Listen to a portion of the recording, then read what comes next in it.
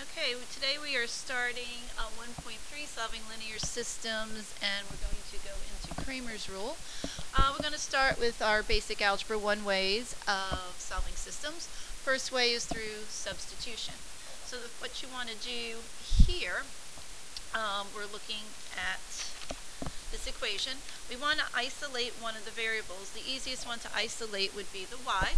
So we're going to say minus y is equal to minus 4x plus 2, dividing everything through by negative 1, y is equal to 4x minus 2.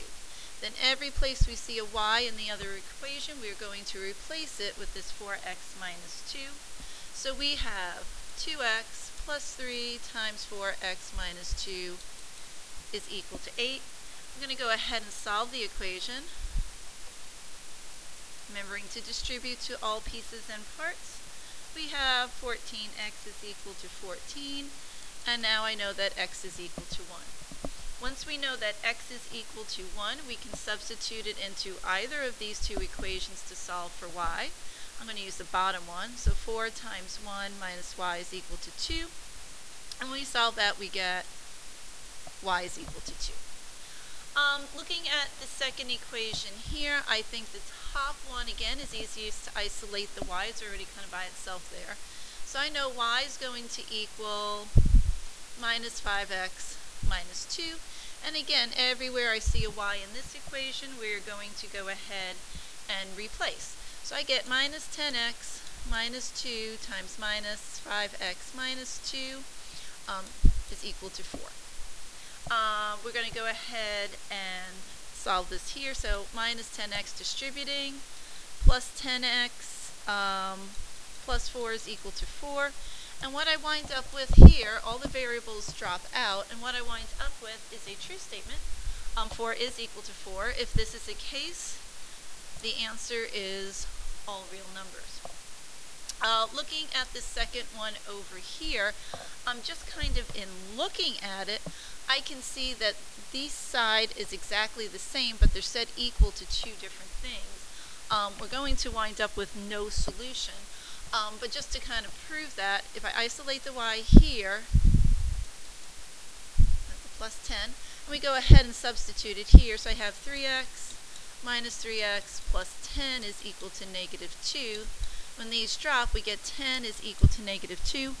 That is not a true statement. So we wind up with no solution. All right, so that's substitution.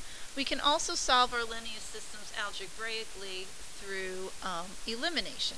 So let's give that a try. Through elimination, what you want to do is kind of combine them. So I'm going to work on canceling out the y's first. You could choose the x's, just the coefficients here are a little bit smaller. I'm going to multiply the top equation by 2 and the bottom equation by 3. This way we'll have the same coefficient on the y's. So we're going to have 8x minus 6y is equal to 18. On the bottom we're going to get minus 9x plus 6y is equal to negative 21. Now when I can combine these two by adding them together, because we're adding equal amounts on each side, the y's will cancel. I'm left with negative x is equal to negative 3. So therefore, x is equal to 3. Again, once you have the x coordinate, you can go ahead and substitute it into either equation. I'm just going to pick the top one here. So 4 times 3 minus 3y is equal to 9. And when you solve that out, you get y is equal to 1. And the solution written as an ordered pair would be 3, 1. In order to solve these, we do need to have all our x's and y's on the same side of the equation. So on this top one here, I'm going to subtract the 7x over to the other side. When I do that, now I'm not going to work with this top equation anymore. I'm working with this system here. The x's will cancel out, and what I get is 6y is equal to 12, so therefore y is equal to 2. Again, then just kind of substituting it in, 5 times 2 equals 7x plus 3. When I do solve that, I get x is equal to 1. And again, written as an ordered pair. And just be careful of which way you're listing these two. We found y first, but of course that's the second part in the ordered pair. Looking to eliminate this second pair here, I can see that the x's will cancel and the y's will cancel right here. So what I get is 0 is equal to 56. And again, that is not a true statement, so therefore there is no solution. We can solve these using our matrices, which I'm going to show you how to do. The 2 by 2 will have to be done by hand. Again, you can use your calculators to check. I'm sure your teachers will show you how to do that. So let's kind of look here at the systems of equation. The first thing what you want to do is just kind of set up what I call an equation matrix, I guess. So we're going to start with that is not going to work there. What we're going to start with is just a coefficient matrix. So just looking at the coefficients here. There. So we have, all right, so we have 4, -3, -3, and 2. We're going to set that up with the variables that we have, x and y, and that's going to be set equal to these answers over here in a matrix. So that's the setup for the matrix equation. Now, when we're solving, and you think about this, if you were to solve just, 2x is equal to 4, you would do the inverse. So x would equal 1/2 times 4 to get that. So what we need is the inverse of this equation here, and then we're going to multiply it to the answer matrix over here. So to find the inverse, the first thing we need is the determinant. So multiplying this way, we get 8 minus, multiplying the other way, 9. I find the determinant to equal -1. For the inverse, it's going to be 1 over -1, so that's just going to leave us with -1. Remember, we switch in this direction, and we negate in the other diagonal. So our inverse matrix is going to be over here. I'm just going to write it over here. -2, -3, -3, -4. And we're going to multiply that to our answer matrix. And what that's going to get us is our xy values. So just using your matrix multiplication here, what we wind up with is xy is equal to -41 -58. So again, this is a 2 by 2. This is a 2 by 1. These match. Our answer equation is going to be a 2 by 1. And just kind of multiplying down here, we get -20 -21. That's where that -41 is coming from. Second row, first column, -30 -28 get us the -58. It is important that this inverse matrix here goes in front of the answer matrix.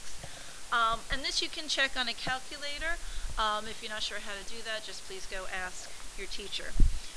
For the 3 by 3 matrices here, that will all be done on a calculator. Finding the inverse of a 3 by 3 is just kind of tedious. What you will have to do for showing work is set up this matrix equation. So first we set up the coefficients. So you have 2, -1, 1, -1, 2, -2, -3, 2, 2. We're looking to solve our variables of x, y, and z, and that will be set equal to the answer matrix, so I call -3, 3, and 1. I would put this 3 by 3 into matrix A, this one into matrix B, and then in your calculator you're going to pull up matrix A, get the inverse, and multiply it to B. You should get answers of x is equal to 1, y is equal to 0, and z is equal to -1. And again, any calculator issues you may have, please just go check with your teacher. There is a second way to solve systems, and this is called Cramer's rule. So long as the determinant does not equal 0, then the system has one solution here. we will only be doing Cramer's rule for 2x2 matrices. So the way we want to do this is, let's move this down a little bit. Okay, the first thing we want to do is find the determinant. So the determinant of this matrix here, so we're looking at the matrix which is 2, -3, -3, 6. Multiplying this way we get 12, coming around the other way we get 9. So I find the determinant to be 3. So if you want to solve the x coordinate, what you're going to do is take this matrix and you're going to take out the x's and replace it with these two answers here. So we're going to take the determinant here, we're taking out the 2 and the 3, the coefficients of the x's, and replacing it with the two answers there. And we're going to divide that by the determinant of the original coefficient matrix. The determinant here multiplying this way would be 12 minus 0 over 3, so I get an x value of 4. We could substitute the 4 in for any of these x's and get the y's. However, when I'm asking you to use Cramer's rule, I do want you to do that. So to solve for y, again, we're going to take the determinant, but now instead of replacing the x coefficients, we're going to place the y's with this answer. So the x coefficients stay the same, the y coefficients come out with 2 and 0, and we're dividing that by the determinant of the original equation. So, finding the determinant here, we get 0 minus -6, all divided by 3, and I find to have a y value of 2. Okay, so let's do the same thing here for this one. First, we're going to just find the determinant. So, here's the original coefficient. There's a 0 on the y. To find the determinant, we're going to multiply this way 6, subtracting, going on the other diagonal 0. So I know my determinant is equal to 6. I'm going to find x by taking the determinant, but we're going to take out the x coefficients here and replace it with these answer numbers here. 24, 0, 0, 2, all divided by the determinant of the original coefficient matrix. What we get is 48 minus 0 over 6, so I get an x value of 8. Again, to find the y, doing the determinant, so there's no brackets there, we're going to leave the x coefficients in there, and we're going to place the y's with the answers. And we're going to divide that by the determinant of the original coefficient matrix. 0 minus 24, all divided by 6, so we get a y value that's equal to -4. We also need to apply this to,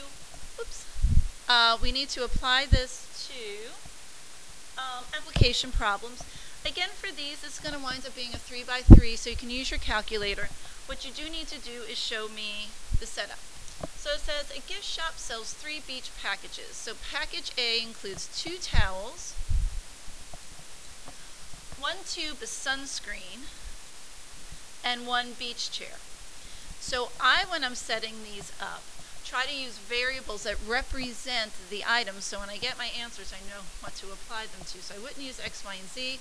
T for towels, S for sunscreen, B for beach chairs, and that costs a total of $21. Package 3 includes 3 towels, 2 beach chairs,